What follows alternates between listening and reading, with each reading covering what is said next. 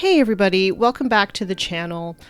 In my travels in Warhammer Land, I found that there's a lot of pre-made solutions when you're going to go travel with your miniatures, and they never really quite meet all of my particular needs. So I thought what we would do is today we would go through some of my DIY travel systems, I suppose, and talk about the pros and cons of each one's and the problem that I was trying to solve with each one as well. So strap yourselves in, grab yourself a warm beverage, and let's talk DIY. So my first travel case I made when I was going to go to my very first tournaments ever. So this particular case has gone with me on very long car rides. It's gone with me to play on tabletop. It's gone with me to boardroom brawl, rest in peace, and a number of other smaller tournaments that were within driving distance. I will state Canadian driving distance, which is extensive, but my main concerns when I made this case was cost. So everything within it is going to be cheap as chips at the time. So what we start off with is pluck foam. Now, these used to be very inexpensive. As a Canadian, I would get it at Canadian Tire, and it was about $9.99 for a sheet. And each sheet would get me, 12 or so heavy weapons teams, or maybe it would get me 30 plus infantry in one sheet. And then what you would do is you would cut it to size and then glue it to a piece of foam core poster board. And this pretty much gave the sturdy layers that I could then just place into a really useful box. That's the brand name. And I'm not getting any endorsement or anything like that. I chose this particular box because I like that the lid has a very deep lip in it, which I could use as a sort of transfer tray to get from table to table at events. It also allows the really useful boxes to be stacked one on top of each other very securely. So if you're using these as storage, as I was at the time, you could feel pretty good that your models weren't going to all get dunked over if somebody accidentally bumped a big stack of these. And then the third thing I really like about these boxes is that they actually have this clip that clips the lid on. So you're not just relying on it sort of like vacuum sealing to the box itself. There's actually the clip there, which if you're traveling in a car, I think that this is just a little added bonus to make sure that everything stays where it needs to be. Now, what I don't like about this particular system is, one, with inflation, the foam sheets are now about double the actual price that they were before. And I think it's just out of the realm of possibility in order to keep it cheap, because for all of these systems, I need to do it for as cheap as possible. I don't have a lot of money. I would rather spend that money on models, paint, things that I'm going to get more enjoyment out of. I don't really want to spend a lot of money on these, I guess, transport systems. So keep in mind, for everything going forward, I need to do it as cheap as possible. So $20 for one sheet is not cheap for me. So that's a con. But like the major con for this particular system is that it's not flexible. Once you've plucked the foam for a specific model, it's not really going to work that well if you change your list when you change your list. And I play so many different armies. I have like 4 different armies, 3 of which I travel with, and the meta changes so fast now that it's not financially feasible to have, or really it's not feasible for storage to have all of these different individualized trays that you used to swap out your army with. So those are the cons for this particular case. However, if you're the kind of person that like always kind of plays the same list or the same type of list, or at least the same faction, maybe this would still work for you if you could find the pluck foam for pretty inexpensive. For me, I outgrew this system really quickly, and while I will still use it for storage from time to time, I'm actually considering donating all of those different layers that I have over to the War Mister, who can use it for storage or whatever he needs to use it for. So system number 2 I've used for different trips. I've used it to the Play On narrative that they did in Edmonton last year, and I've used it actually to bring a few models out to mini wargaming as well. However, this particular system for me only holds about 1,000 points. So if you're going to a tournament, you'll probably need at least 2, and depending on what you're playing, you might need 3 of these. So let's go into what exactly this system is. This system is dirt cheap, which already is amazing for me. So they are plastic shoe boxes, which you can get from the dollar store for a couple bucks a piece. So right there, we're doing awesome. And then you can buy sheets of soundproofing foam. Now it's corrugated foam. It's made to be actually put on walls. However, it's also extremely cheap. The smallest amount that I found that I could buy was 12, and it worked out to be, with shipping, about $2 per sheet. And each sheet is 12 inches by 12 inches. And so what I like to do with these is I will take one 12-inch by 12-inch sheet, and I'll just basically like push it into the bottom of this this shoe box, and that's going to create the base layer that I can then put miniatures in, and it also sort of creates a bit of security along the 2 walls as well. And then once I have that first layer in, then I cut a piece of the corrugated foam to size, and then I just place it on top. That gives me another layer that I can fit more models on. Now this works particularly well if you're playing like an infantry heavy list.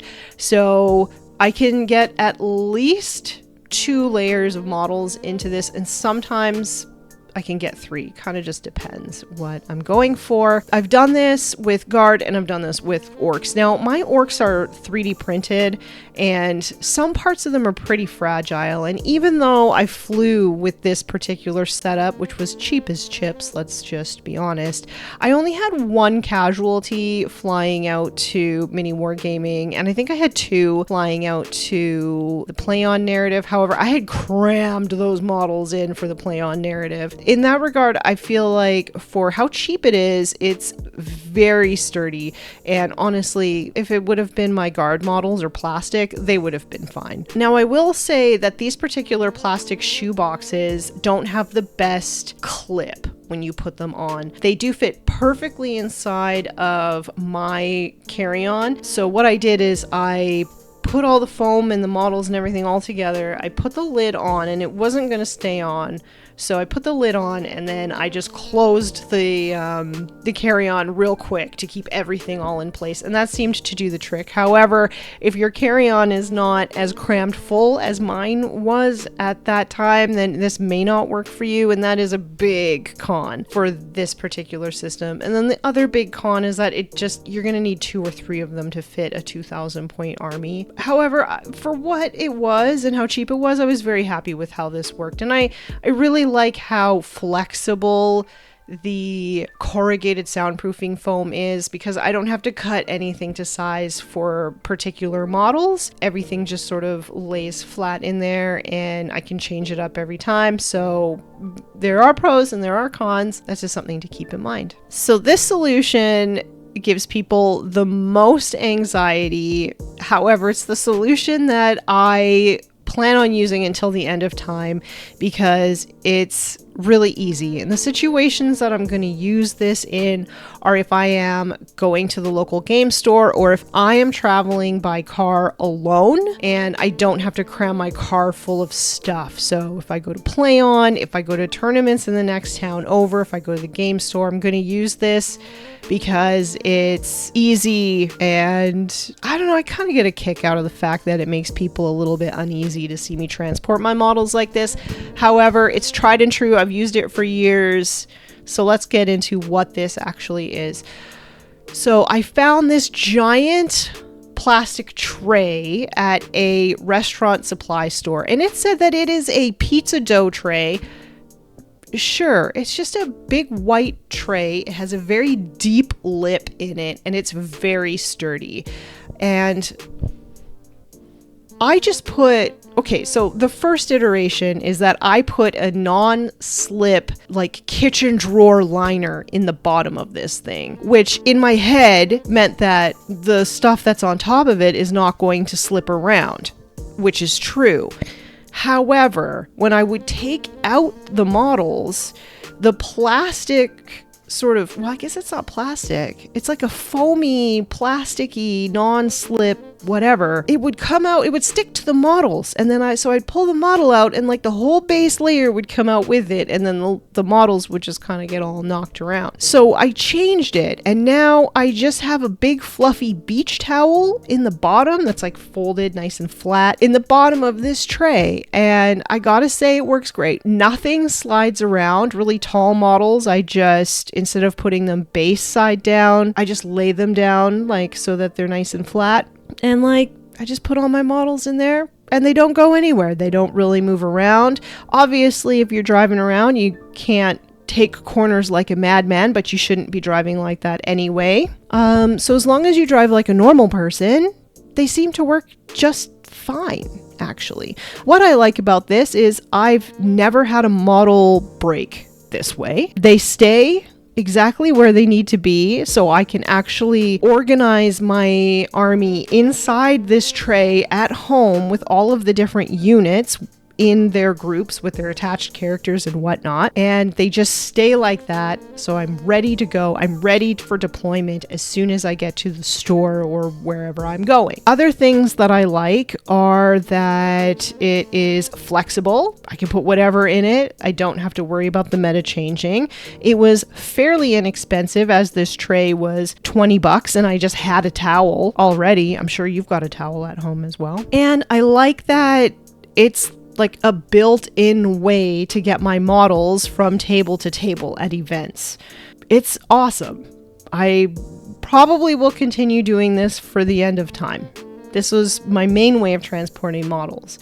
In terms of cons, you cannot fly with this, obviously, and another con is if you're road tripping to an event with a bunch of people and you've got a car that's absolutely jam-packed full of stuff, this probably isn't going to work for you either. So that brings me to my latest sort of system, and this system is specifically for traveling by airplane or, like I said, in a carpooling situation. Now, there are a lot of pre-made systems that you can travel with. A lot of them require a lot of magnetizing, and along with that magnetizing comes weight. And specifically for me with this system, I need to make sure that I can lift this above my head, safely put it inside of the overhead storage on a plane. I have a number of friends who they got these like plastic display cases with this magnetized system and all this. It's very fancy, and I'm sure that it works really, really well. However, plexiglass, when you get all of the sides on, and then you've got the metal and, you know, a big wooden handle, and then that's inside of a carry-on, it's actually pretty heavy.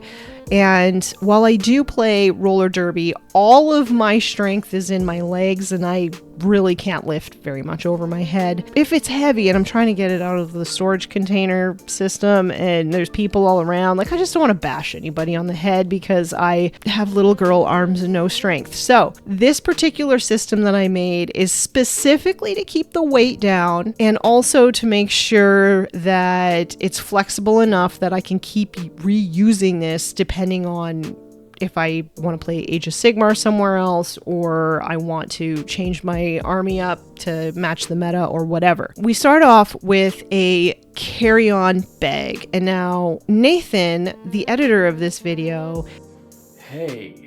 found this really great carry-on bag and is already flown with it, so that I know that it is carry-on friendly. The only difference is that mine is pink and his is not. And now I will say he seemed very bummed that the pink was not available when he bought his bag, and I did offer to trade. I'm sorry, Nathan, that pink wasn't available for you. I'm still up to trade if you'd like it. Anyway, thank you, Nathan, for suggesting this bag to me. It's very good quality for very inexpensive price. Very happy with it. And so the second part is like, how do you transport your models inside of it? And so basically I took the idea of my second system, the shoebox with the corrugated foam inside, and I said, how can I zhuzh this up? How can I make this a little bit more secure? How can I make this a little bit lighter but still use the corrugated foam? And so I found these black gift boxes. That's what they're called. And I basically took the internal measurements of the carry-on bag, and then I found these gift boxes that fit the dimensions. So I have two sizes of gift boxes. I've got ones that are slightly bigger, and those ones are going to be great for like my Imperial Guard tanks, or if I want to travel with my Gorkanaut and Morkanaut, they can go in these as well, but they're flexible enough that I can just do like 2 or 3 layers of infantry in them as well. So I've got 2 that size, and then I've got 2 that are a little bit smaller. Now the dimensions of the bag on the inside are, it's like a little bit convex on the top. So I made sure that the bigger boxes fit on the base layer. I can get 2 on the base layer, and then if I need to, I can get 2 on top of them, and then I can still zip it up. And then when you get these boxes, they come to you flat, and they have this really wimpy dual-sided tape on them, and that was not going to work. They were barely holding together. So the War Mister actually gave me some really good 3M dual-sided tape, and so I put those over top of like the crappy dual-sided tape that came on it, and now nothing is going to destroy these boxes. So if you do decide to do that, I would suggest reinforcing the corners of this box somehow. However, the ones that I have also have a magnetic clasp in them, so the top folds down, and then you've got the magnetic clasp that's going to hold it together. So that is going to work a lot better than just the plastic shoe boxes that like barely clipped together. And these boxes I think I got like 2 for $12, so like $25 or so for the actual gift boxes. I think I paid $25 for a huge thing of foam, which I can use for other things as well. And then the carry-on bag itself, I think, was about $80. I paid a little bit more because I wanted it in pink. Now I will talk to you about that as well. So when I go to tournaments, when I pick up anything really, from dice to water bottle to whatever, I try to get it in pink. And now pink is not my favorite color, but the strategy of this is if you're in a room full of men and you have things that maybe could, I'm not going to say get stolen, but maybe get like accidentally picked up when people are like clearing off tables or whatever, chances are if it's pink, they're not going to mistake it for theirs. So that's why I tend to get all my wargaming stuff in pink. Anyway, little tangent over. I only need 3 of these gift boxes to transport 2,000 points easily transport 2,000 points. So with the 4th box on top, which perfectly fits a Baneblade, by the way, it's very satisfying, I can now easily bring 3,000 points. And I need to bring 3,000 points to the next narrative play-on tournament that's happening in June in Edmonton at GameCon Canada, because on the Friday before the big event, there's going to be a giant game. It's going to be Warhammer rules, but it'll be like apocalypse feeling. I'm very excited to take part in that. So I can fit all of that stuff inside of that carry-on. I may have to end up putting my dice and things inside of my gigantic purse. However, I think that that's okay. I can still fit my codex and a whole bunch of other stuff inside of the carry-on as well. I think that it's going to work great. And then And when I only need to transport 2,000 points with the 3 boxes, there's going to be plenty of space inside for me to put my chess clock, for me to put my dice tray, to put all the extra like little doodads and things that I need to play the game. There'll be tons of room inside of this. So I'm very excited to travel with this for the very first time. So the first time that I'm going to travel with this is going to be in likely June. If it's something that people are interested in, I could actually vlog the narrative tournament. I'm very excited. It's expanding this year. It's going to be more immersive. I get to do my first cosplay ever. I don't really know if I should call it cosplay, but I get to play a character. I'm very excited. And so if that's something that you guys are interested in seeing a little bit more about, I could potentially vlog that and you could come along with me for all of the fun that I get into along the way. Leave a comment down below if that's something that you're really interested in seeing. Now, something that I do want to do with this pink bag is I need to like zhuzh it up a little bit. And so I think I want to get some really cool patches for it. There's one that I found online, and as a Canadian, I think it's just like a nice nod to Canadian history, and it's also speaks to my heart. But there's one that I found online that says no coffee, no Geneva Conventions. And I feel like I need to get that patch for this particular bag. But if there's any other war game adjacent embroidered patches that you've come across on your journeys, maybe send me a little DM on basically any social media platform that you see me on and send me a link, because I am really interested in seeing what's out there for like embroidered patches that are Warhammer adjacent. So any help there would be great. I'm really interested also to know what everybody else has done for traveling with their miniatures. It's not cheap to go and buy a pre-made sort of system, but for a lot of people, going out and sort of finding all the pieces to put something together yourself is like not feasible for the time that it takes to do that. So if you're somebody who put something together yourself or bought a pre-made system and you want to either rant or rave about it in the comments below, please do, because I feel like it would really help people to understand the pros and cons of each way of doing things and find something that's going to work the best for them. If you're like me and you're cheap though, these are some of the things that I've done that really in the end cost peanuts and got my models there in generally one piece. And that's it. That's all that I've got for you all today.